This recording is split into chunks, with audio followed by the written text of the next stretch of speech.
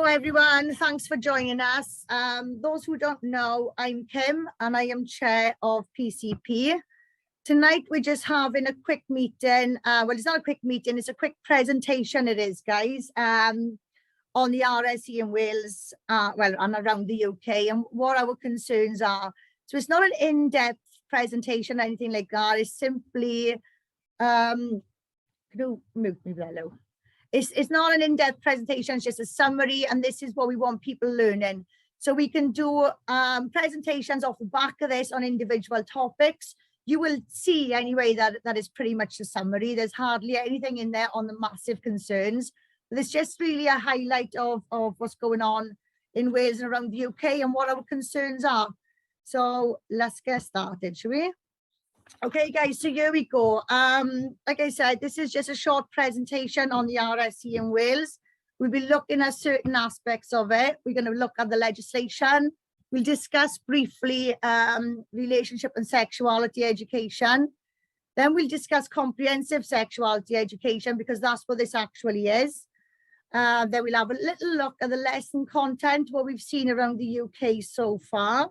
Bearing in mind that this is a global education, but we're just going to be looking at the UK for today. I will be playing then a short video. It's only a 3-minute video. It's a video that was made for us when we first began campaigning. So it highlights the history of the sex education it does. And like I said, it's a video that was put together for us. There are videos out there more in depth with resources and things like that. So we're going to play that for 3 minutes, then we'll do a little bit of myth busting, we'll discuss the government response, and then we'll discuss what we can do with the people and how we are responding. So legislation, guys, we don't talk about the legislation much, right? And this is a big part of our fight, really, because the legislation here in Wales, they've essentially legislated to remove our parental opt-out. But what we have in the legislative process, there are two, this piece of legislation here from the Welsh Government is what they call secondary legislation. So the primary legislation is actually the Education Act 1996. But we'll go into that another time, because there's a whole lot of information we need to give you on this legislation. But essentially what this legislation has done, according to this, what the government think they have done is they've mandated sex education from age 3 to 16 with no parental opt-out. So you will see on this document, it's got an English sheet, Welsh sheet, English sheet, Welsh sheet. So it's really hard to find the page numbers. So the page that you need to be looking at to find out the mandatory elements of this education, it's got a 4 on the top, but it's actually page 21 and section 8. And that's what it tells you. The 4 mandatory subjects is English, relationship and sexuality education, religion, values and ethics, and Welsh. So those are the 4 topics our government believe our children need to become healthy, confident, happy human beings. So there we go. So when you go to section 8 of this education, guys, obviously this is the Curriculum and Assessment Wales Act. So what that means is it covers the whole curriculum. But to look at the RSE bit, you need to go to section 8. So within section 8, this is very, very important, right? So this tells the ministers on the schools what they have got to do. And as you can see from section 77, it's talking about the RSE code. Now we know the RSE code is something different, but we're actually talking about the legislation here. So we'll go for this for now. So it says here, before issuing or revising the RSE code, the Welsh ministers must consult the persons they think appropriate. And as you can see there, I've highlighted what they put in brackets, if any, okay? So they need to consult people they think is appropriate, if any. And as you know, guys, right, they haven't really been forthcoming on this. So what this legislation essentially has done is removed our parental opt-out from age 3 to 16 with no parental opt-out, okay, at all. And this also tells us that if they don't feel it's appropriate to consult us on anything going forward, then they don't have to, okay? So it tells them they have to consult us, and in brackets it says, if any. So that's another concern there. So we haven't even gone into the RSE really, that's just the legislation. That in itself is a massive concern, guys. And that's something we need to be looking into. So, and that brings us on then, guys, to relationship and sexuality education. RSE, this is what they call it here in Wales. So what you're going to see in Wales now, there's this document that they are showing. This is the Curriculum for Wales Relationship and Sexuality Education Code. This is what parents are passing around. This is what the teachers are passing out now, the school governors and the government. This was published in January 2022. We've been fighting this since July 2020. So common sense tells you that this is not what we're fighting, okay? There are elements of this as the problem. This is the final piece, but this is also a document the government have published after they were caught out, okay? So the document, this document succeeds this document here. And this is a relationship and sexuality education, which was published in 2019. And this is where I got involved, right? So we found out in January 2020 that the government had removed our parental opt-out. We found out through Wales Online. We went online and this is where we found this draft here. Now this draft on page 4 says to refer to UNESCO. UNESCO is actually a global sex education, okay? And that is where we become concerned. So in this document here, they did hint that there would be no parental opt-out, but there was exceptions. So that was February 2019, and it clearly stated on page 4, refer to UNESCO. That is comprehensive sexuality education. So if the legislation wasn't enough to be concerned about, now we know we're having comprehensive sexuality education, the concern is far higher. So what is comprehensive sexuality education? What you'll find is, this is the document here on your left. This is the UNESCO document that the government are putting on hub. The RSE code needs to be derived from UNESCO. And UNESCO promotes something called the human rights of children and their sexual and reproductive health. So these are the sexual and reproductive rights of a child. In Wales, we have a hierarchy of rights. The children's rights will override parental rights, period. But with this now, with the sexual and reproductive rights, this is concerning. This means the children have, well, their sexual and reproductive rights comes before our ability to protect them. The sexual and reproductive rights mean the state can administer medication to your child. You might think that's irrelevant now for RSE, but like I said, this is CSE, is a comprehensive sexuality education. It's global. There are massive concerns. The state are getting involved and administering medication to children around the world. So on further investigation, after discovering that we were part of UNESCO, we came across this document here, and this is the sexuality education in Europe and Central Asia. This document has 25 studies. Within those studies, one is England. So it says about England on page 174, but what it actually says is the studies were carried out in England to be applied to the whole of the UK. If you skip back to page 8 also clearly states that all 4 UK governments signed up to comprehensive sexuality education on the 1st of March 2017. So, and that document, it also tells you the document they signed up to was this World Health Organization document, Standards for Sexuality Education in Europe. Now, this document is the framework that the UK has adopted. Bringing it back to Wales, Professor Emma Reynolds published a report back in 2017, and in there they say they're taking their definition of sexuality from the World Health Organization. There's no doubt in our minds that this is comprehensive sexuality education. We are referenced in the global documents. The global NGOs are referenced in our documents. Now, this document here is very, very important. Even though it's not on the website, it's not been put in people's faces, it is the document they signed up to. Department of Health, Department of Education, children's ministers, loads of people were involved in this. To find out who was involved, read the document before, the Sexuality Education in Europe and Central Asia. This document is a really, really graphic read. I urge everyone to read this because we need to understand what these people were thinking when they signed up to this, okay? It's about 60 pages long, but when you get to page 38, there's something called the matrix, and it's very easy to read.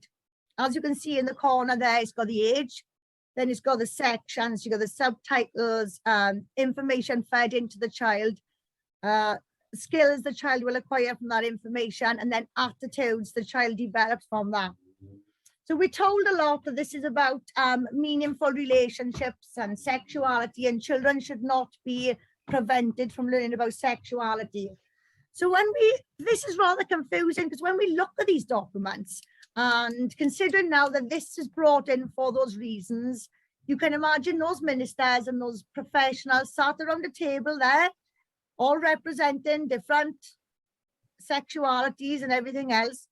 But when you look at the section on sexuality and you read it, it's difficult to comprehend how relationships falls into this. So for age 0 to 4, remember now, 0 to 4, birth to age 4, the sexuality section, enjoyment and pleasure when touching one's own body, early childhood masturbation, discovery of own body and own genitals. Now, children will discover their own body and their own genitals. They don't need to be told about it, do they? The fact that enjoyment and physical closeness is normal part of everyone's life. Tenderness and physical closeness of expression and love and affection. I'll skip through a few now. Talk about or pleasurable feelings in one's own body. Express own needs and wishes and boundaries, for example, in the context of playing doctor. Gain an awareness of gender identity. What's any of that got to do with sexuality anyway, right? So let's just forget the age of the children, age 0 to 4. That has absolutely nothing to do with sexuality, period, okay? So that's knocked that argument out the window. Let's have a look at age 4 to 6. Easy to read again, guys, same kind of system going. Let's have a look at the sexuality section. Enjoyment and pleasure when touching one's own body, early childhood masturbation. Discovery of one's own body and genitals. The meaning of expression of sexuality, for example, expressing feelings of love. Appropriate sexual language. Sexual feelings, closeness, enjoyment, excitement are all part of human feelings.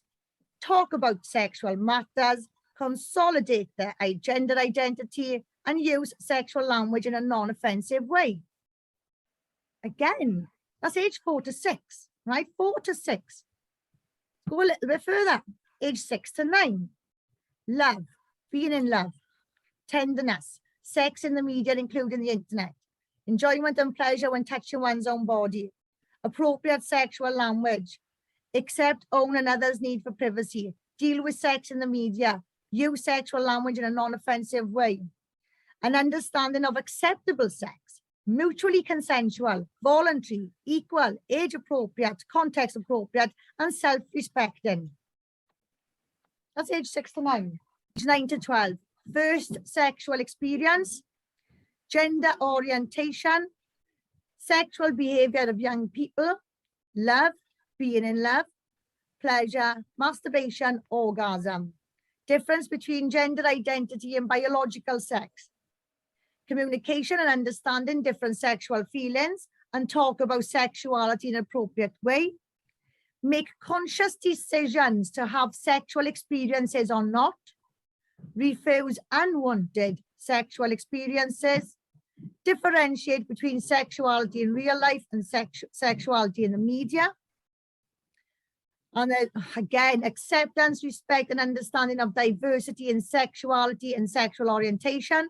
Sex should be mutually consensual, voluntary, equal, age appropriate, context appropriate, and self-respecting. I think, guys, it's fair to say that this is nothing at all to do with sexuality. That is quite a graphic document, and I've only taken you up to age 12, right? This is really bad. we have to read this document because this is what the professionals signed up to. So we need to understand what they were thinking. Nobody on this planet would think that's acceptable. It doesn't take a genius to work this out, you know? Right. So since the signing up of these documents, guys, and the adoption of these frameworks, we've seen some lesson content roll out around the UK. So we keep getting told as well that we'd exaggerate in this whole early childhood masturbation thing, right? And we keep getting asked how they're going to teach this in school. Well, it's been a bit of a development. They've progressed a little. Obviously, like I've shown you, the UNESCO document, that is part of the World Health Organization as well. They are partnered together, okay? So they're not separate things, they are together. And with that, we have found a package within the United Nations system. We found a package called All About Me. This was rolled out in 241 schools in England. And this is for children, mostly age 4 to 6. So they changed the terminology. They've changed from early childhood masturbation. And they've switched to self-stimulation. So you'll see the shift there, which is understandable because a lot of people were kicking off over the World Health Organization document. So I want to go into this here now, because it's really important, okay? I want to read it to you and I want to explain the issues surrounding this. So these are the rules about touching yourself too. Now, lots of people like to tickle or stroke themselves as it might feel nice. They might play with their hair, stroke their skin, or they may even touch their private parts. This is really very normal. However, some people may get cross or say that it is dirty, especially when you touch your own privates. This is strange as it's really very normal. However, it is not polite to do it when other people are about. It is something we should only do when we are alone, perhaps in the bath or shower or in bed, a bit like picking your nose. It is certainly not polite to do it in the class when everyone is watching. So I think that that is an example of how early childhood masturbation can come into the classroom. What this has done, let's put this into practice. We've got 4 types of children in the classroom. So we've got children who play with themselves, children who don't touch themselves at all. We've got children who are doing it because they've been abused. We've got children who do it because they've been neglected. Okay, so it's 4 types of children. Now we've just told all those children it's okay to touch themselves, right? I'm gonna have to move this, and I think our ceiling's gonna come through now. Guys, I gotta move my laptop. I think the ceiling's gonna come through now. Right, so yes, we've got 4 types of children in this class. We've got those who touch themselves. We've got those who do not touch themselves. We've got those who are doing it because they're being neglected and it's soothing. And then we've got those that's doing it because they're being abused. We need to spot these signs, all right? So what we have done here now, we've just programmed every child in our class. We've told them it's okay to touch themselves, right? They're all there, it's okay to touch themselves. Show and tell turns into go and do. Not only have we encouraged all the children now to touch themselves, we have programmed them away from something called a non-verbal disclosure. Because we want to look out for behaviours and the way children are acting in the classroom. And that's what we call a non-verbal disclosure, because the little children, they can't express themselves in the way that we can. They very often don't know what's happening to them, and we need to look out for these things. But this now is a massive safeguarding issue because it has essentially programmed every young child in the country away from a non-verbal disclosure. So there we failed to investigate. So that was age 4 to 6 in England. Let's move on. This is Scotland, okay? So this is level 1, age 3 to 5. And these are charts the children are given and they are to label body parts, okay? We've come a long way from head, shoulders, knees and toes. We look in here, the children are asked to point for the nipples. Okay, everyone has nipples. Penis, scrotum and testicles, vulva. Very graphic, very precise. And apparently this safeguards. It does not safeguard, okay? The people that say in it safeguards, I've asked them for the research for that. It does not safeguard. You've just told everyone what name your child calls their private parts. Privates are private for a reason, okay? If you've got a pet name for it, that's fine. Because if there's something going on, it's the adult's place to investigate these little sayings the children have, you know, like my uncle licked my cookie. What flavour was your cookie? My uncle touched my mouse. What colour is your mouse? It's easy to investigate. But by blanking teaching these words, we are giving predators the password to our children's genitalia. This is how abuse develops, through discussion, drawing attention to genitalia, and you know that's how they find their way through. So that's age 3 to 5 in Scotland. Okay, Scotland's really important to us here in Wales. This one, so this is age 5 to 9. Again, I'm only giving you a summary. All these lesson plans are online in Scotland. This is literally a summary to give you an idea where we're at for each age of the children, okay? So one way is that the woman and man love each other and they have sex. This is a special thing that grown-ups can do. When they have sex, the man's penis goes inside the woman's vagina and sperm comes out and goes to meet the egg inside the woman's body. Age 5 to 9. When a woman and man love each other, they have sex. So if there's 2 children in the playground and they really love each other, is it okay for them to have sex as well? Because they really love each other, you know? Let's move on. Age 9 to 12. Again, guys, very graphic stuff here. Look at the images they're using. Those aren't teenagers. Age 9 to 12, preteen children. Look how graphic that is for the reproductive organs for the female, and yeah, that is not a true representation of a prepubescent body or even an early pubescent body. It's just gone into puberty, you know. Those are adult genitalia, aren't they? Here we are again, age 9 to 12, more sex about if they want to do it, a man can do this by putting his penis inside a woman's vagina, gently moving his penis in and out. This should feel nice for both people. Let me remind you again, age 9 to 12, all right? 9 to 12. Anyone age 13 and younger, that is statutory rape age, all right? And again, but there then we've got how they have orgasms. When people have sex, they might have an orgasm. For a woman, an orgasm is a pleasurable feeling in her body. For a man, if he has an orgasm called ejaculation, white liquid called semen comes out. Guys, this is wrong, okay? This is really, really wrong. We shouldn't be having these discussions around, it's not 9 to 12-year-olds, all right? Just definitely not. Again, so this is where we're going up a bit now. It gets rather intense here. We're on age 12 to 15. Look, we're going in for the actual sex acts now, right? Again, it's discussing sex, oral sex, anal sex. Let's have a look at what else they got. So again, guys, this is age 12 to 15, okay? So these are teenagers. Anal sex, 44% of people like sex, is quite popular. Here is describing the sensations from having anal sex. Here we've got advertisements. So this is all about females. This is in your children's classroom. 40% of women like anal sex. 30% of them swallow. These are the images used in videos. Here we got again in bondage. We've got bondage, threesomes, and we also have the dice game. So the dice game is actually a sex game.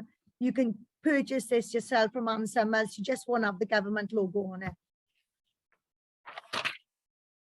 And here we are. So we are told that this is all inclusive and this is all LGBT friendly. Well, let's be honest here, shall we? LGBT accounts for less than 4% of the population. We've got 20% of our kids in school have got additional needs. We should be looking out for them. We got kids in poverty, but here we are redesigning a whole new curriculum at the cost of 300 to 600 million pounds, simply because we need to be inclusive of a minority within a minority. Well, that's okay, isn't it? We're inclusive anyway. We all additional needs parents. Everyone should be equal. Everybody should be loved. Everyone should be supported. Everyone should be cared for. Isn't that right? So why have we got this? A trans toolkit. This is something being used widely across the UK.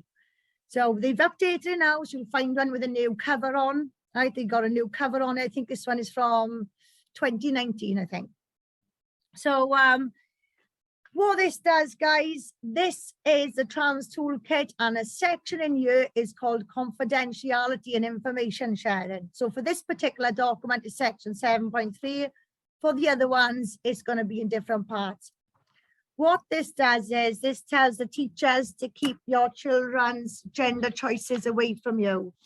If your child thinks so they might want to be a female or fancies being male, this means the school will have to provide a uniform for your child, a new name for your child, and they will keep all this away from you. Sounds insane, doesn't it? But it is happening. So here we are, prime example in Wales, Rhondda Cynon Taf Council reviews trans guidance after row over pupil. This particular child had been given a change of uniform, a different name, and this was going on for 2 weeks before the parents even found out about it. So this is pretty serious, guys. It's pretty serious, especially when you look at the sexual and reproductive rights. The state can administer medication to your child. You pull your child away from this, you're going to be in breach of their right to an education. The promotion of well, they're just making everything LGBT look cool. They have gone absolutely trans mad. When we should be realistic here, we got 4% of the population. Trans accounts for a minority within a minority. There is no science. There are such things as transsexuals in this world. There is no science or need or anything to support these teachings. All the professionals are at loggerheads. There are lawsuits going on all across the world and in England, but this is what Wales are really, really pushing for. So that's not bad enough. What else have the government been up to? Well, it's really important, guys. I've spoken a lot about Scotland, haven't I? And here we are now, the government school sex survey. I don't know if anyone's heard about this, but this is just a spin-off from their sex education. A lot of what I've shown you now has been Scotland. So we'll just have a little look at their sex surveys. These are the kinds of things that we can expect from a government sex survey to children. And we've got, have you had vaginal or anal penetrative sex more than once? Yes, no, prefer not to say. How old were you when you first time you had sex? 13 years or younger, statutory rape age, 14 years old, 15 years old, 16 years old. They are encouraging or asking about underage sex. Another one, when you first had sex, would you personally say you wanted it to happen earlier? You wanted it to happen at the time? You would rather have had it later? You did not ask yourself that? Prefer not to say. Very, very big, very, very intrusive. You're probably thinking, what's this got to do with Wales as a Scottish government? Well, we're following suit, aren't we? So we haven't got our own sex survey yet. This was the health and well-being survey. And this was just questions within that survey. And the information surrounding this survey is conflicted. We found some reports. The reports are linked to primary schools. So I don't want to say too much on that subject until I know exactly what I'm talking about here. I don't want to be ripping into things, guys, you know? So guys, this is all insane, right? It's all insane. And like I've said to you, I've shown you the documents, spoken to you about the documents, the comprehensive sexuality education documents. And this has come from somewhere, hasn't it? You know, we can do an entire presentation on where this sex education has come from. But I'm not going to do that now. I'm just going to play a quick 3-minute video for you, because a friend of ours put together a video about 18 months ago, and this pretty much hits the nail on the head. We can show you a video that's fully referenced if you like, but this is pretty much, oh wait, let's get out to that. Got to click on it, there they are, guys. So this is pretty much, I can get it on, the background to that. Right, come on. 2 seconds, go. Hey, my name is Joey. I'm here to tell you about one of the most bizarre ideas that has ever come out of the good old US of A. It all started back in the 1950s, with this crazy scientist guy called Alfred Kinsey. Kinsey did a whole pile of research with a bunch of pedophiles and rapists and called it the science of sexuality. This pervert actually paid pedophiles for information on how they were abusing kids, and put it all in a book, Sexual Behavior in the Human Male. So this guy travels the world, and suckers all you adults into believing his story that this is serious science. And all along it's all based on abusing kids. He and his friends believe that babies have sexual rights from birth. I mean, what sort of person believes a baby has sexual rights? The type of person that believes that sex with kids is okay, and Kinsey believed that too. So Kinsey gets a wad of cash from the Rockefeller Foundation, and Hugh Hefner of Playboy magazine, and he and his buddies set up the Kinsey Institute. Meanwhile, his friend, a guy called Wardell Pomeroy, sets up another crazy group called the Sexual Information and Education Council of the United States, CSE. So the next thing these guys do? They sucker the United Nations into believing this crap, and what do you know? The next thing that happens? CSE write an education program for the United Nations. And every government in the world signs up to it? You couldn't make this garbage up if you tried. So now, school kids all over the world are taught from 3 years old about stuff like masturbation, and all kinds of pornography, most of which I didn't even know existed. The whole world has been suckered into believing this crap, all except for one little country in the UK. It's called Wales. It's one of the only ones left. But the government there is just as gullible as the rest of them, and they want to bring this global program into your schools this year. I mean, teaching kids about all types of pornography? Don't they know that pornography can be addictive for kids? And it fuels human trafficking? The scary part is that parents won't have a say in what their kids are taught. Why? Because the United Nations calls the shots. And they believe, because Kinsey and his buddies believed, that kids have sexual rights from birth, and those rights trump the rights of the parents. So no offense to you Welsh, but you need to stop being sheep. You need to ask your government representatives what they're doing about protecting your kids from this Kinsey garbage. Because if this law is passed by the Welsh government later this year, you no longer have a choice, you no longer have a say. It's time to stand up, and stop the sexualization of Welsh kids, because Wales deserves better.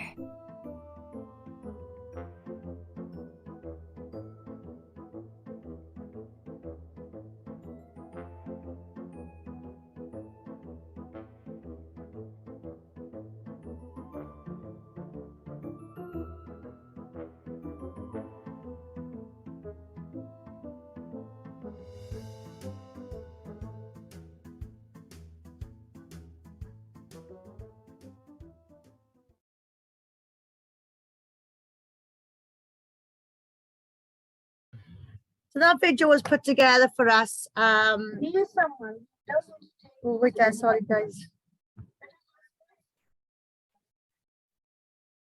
Sorry about that, everyone. As you know, I'm not very good at technology. Let me get rid of it altogether. Yeah, so Steve did that video for us. It's a little bit outdated. As you've seen, that was pre-passing of the legislation that was, but everything on there is factual anyway. So that's something people need to look into if they haven't looked into it yet. And we'll go back now to finish up the presentation, guys. So let's do a little bit of myth busting then, guys. We are told this is, a great education that's inclusive. Well, it's really not inclusive because it doesn't include the religious people. It doesn't include the parents. And to be quite frank, it doesn't even include the kids. Nobody's had a say in this. Everyone's told to shut up. They can do what they want, when they want, how they want, and we've just simply got to put up with it. It is not inclusive, it is exclusion. Exclusion of the highest form. Age appropriate and developmental appropriate. We've asked the government for this. We've asked them for the assessment tool to define this in neurotypical and neurodiverse children. There is no such thing as age and developmental appropriate. It doesn't exist. We know when a child can move on to the next stage in maths because they completed the maths before. We know when the child can go on to the next stage in reading because they've read the book before. In each class, we get different groups of children, basic, intermediate, higher, whatever they call it these days. There are different groups within that room for the different abilities of children. So we need an assessment tool. an assessment tool to define age and developmental appropriate. If you check out our website, the sex education page on www.publicchildprotectionwales.org, you will see the correspondence we've had from the government regarding age and developmental appropriate. Simply does not exist. We're also told that there's safeguards. Well, I've shown you it doesn't safeguard. From the earliest opportunity, this education reads like a model of offending. A model of offending is a process an offender goes through to harm a child, okay? This reads perfectly like a model of offending. The fact it's in a school and institution, which are all rife with sex abuse anyway, every single institution involving children is. You know, we've got government documents being published monthly practically on this. The independent inquiry into child sex abuse, it is a fact. So this is not safeguarding, this is leading children open to abuse, leading them from avenues of disclosure, is promoting pornography, promiscuity, underage sex, is rape in some cases because the children are 13 and under, so it's actually promoting rape. Porn leads to human trafficking. Porn desensitizes you to sex. It causes lots of relationship problems. So I think everything they're saying about this education is a myth. Yeah, I think we can all agree that that is a myth. And that brings us then, guys, to the government response. So what's the government response been? They've ignored us. They've ignored us at every single stage. They've ignored us on the online polls, which people voted, 90-odd% didn't want this. The second time, 87% didn't want it. People took part in consultations. The first one spoke about RSE. 86% of people didn't want RSE, they didn't agree with it from age 3 with no parental opt-out. So they did another consultation months later. This consultation didn't mention RSE, but 68% of respondents did. And those 68% of respondents were against it. That is a massive amount of people to object against something that's not even mentioned within a document.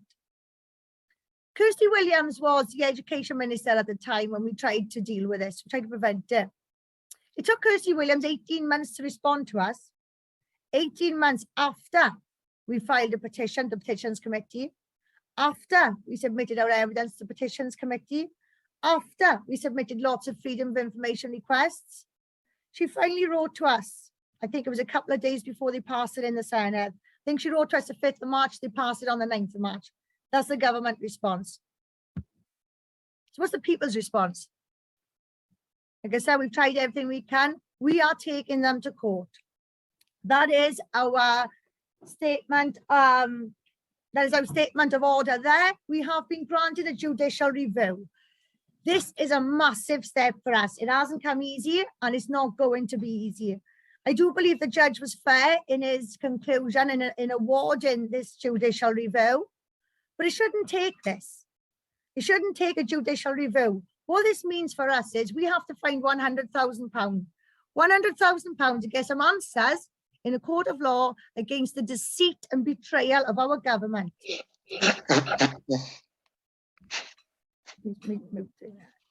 So guys, this is going to cost us a lot of money just to get that, but the court is not going to solve everything on its own. We can go into court and have a loss, but still come out winners. Because if we come out to a sea of people, that means we've started a movement. Everyone knows, everyone's awake, this education can't go no further. But we can also come out to their winners. Winners. We can come out to their winners to no people at all, meaning not a lot is going to change. They're just going to satisfy us in the courts. They're going to satisfy us locally for a short period of time. But eventually everything's going to go back to where they want to go. So we need to respond. We need to come together. We need to rise like we've never risen before. Because this is the biggest danger facing our children. What are we going to do? We have to raise awareness, guys. We have to raise awareness by getting leaflets out there. We've got some leaflets that can't go through doors, but we can hand them to people. We've got some leaflets to put on doors, leaflets to put in windows. It's so important. Everyone is talking about this now. Spreading, raising awareness, information sharing. These conversations have to go on. There is a lot of coffee mornings and coffee hours happening all across Wales. Keep them going, keep them coming. It's really, really important. Awareness is just as important as the money and the court case. Without awareness, we can't get the money anyway, can we? So,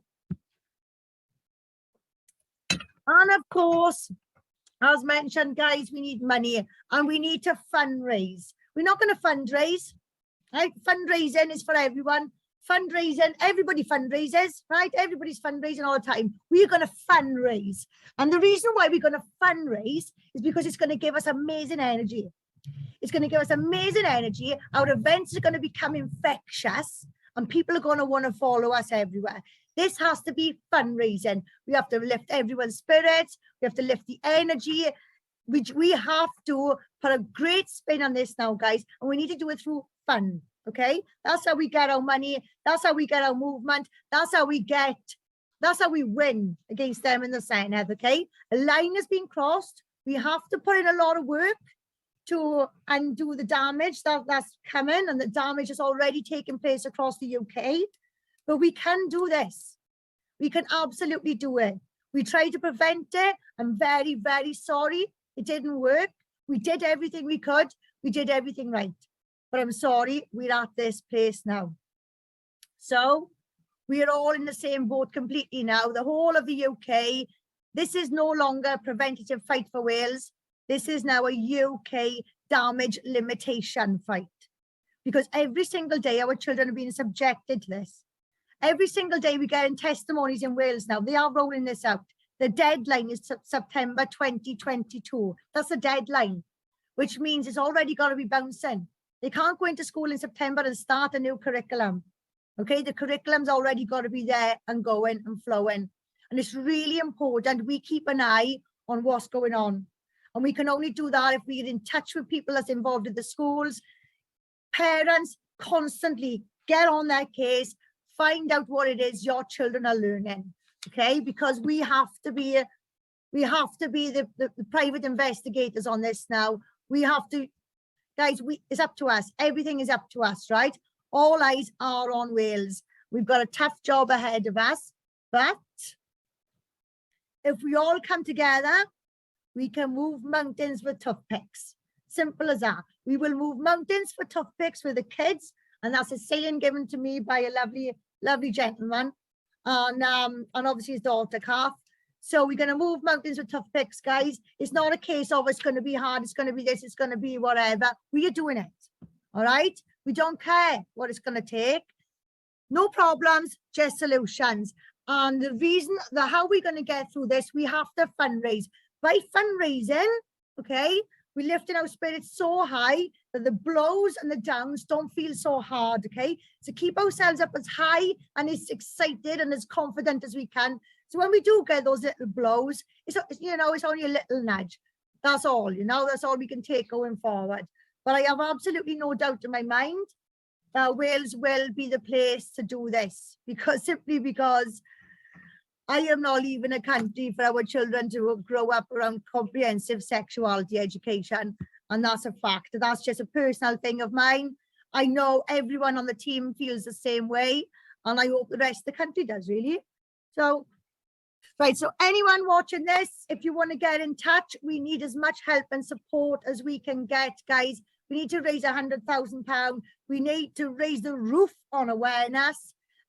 Please subscribe to our website, www.publicchildprotectionwales.org. Social media cannot censor our website. This is where we can get all the information to you. We need fundraisers. We need awareness raisers. We need people from every local authority. We need spokespersons in every local authority. We need to run with this now, guys. We have been suppressed. We started this campaign during lockdown, during the pandemic, and it has been very, very difficult. Now the restrictions have been lifted and people aren't so scared of us. Now is the time to get going, guys, okay? So if you have got a mouth on you and you are confident, give us a shout. We can get these PowerPoints out there for you guys to learn them, to deliver them. We all need to come together now. So just want to thank you all for watching. Thank you all for joining us. We will be doing more presentations on different aspects of this. This was pretty much just a summary really to get everyone up to speed. I will add a reference list at the end of this, so if anybody wants any references from this presentation, please do not hesitate to get in touch.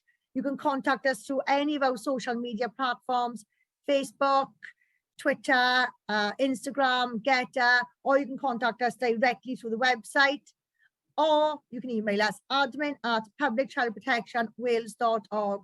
Thank you all very much, and let's hope this video doesn't have to be uploaded for long. Let's hope that we can remove all these videos, all these presentations, because we've succeeded. And I'd like to succeed sooner rather than later if I can. Thank you all for watching. Thanks so much. Stop record.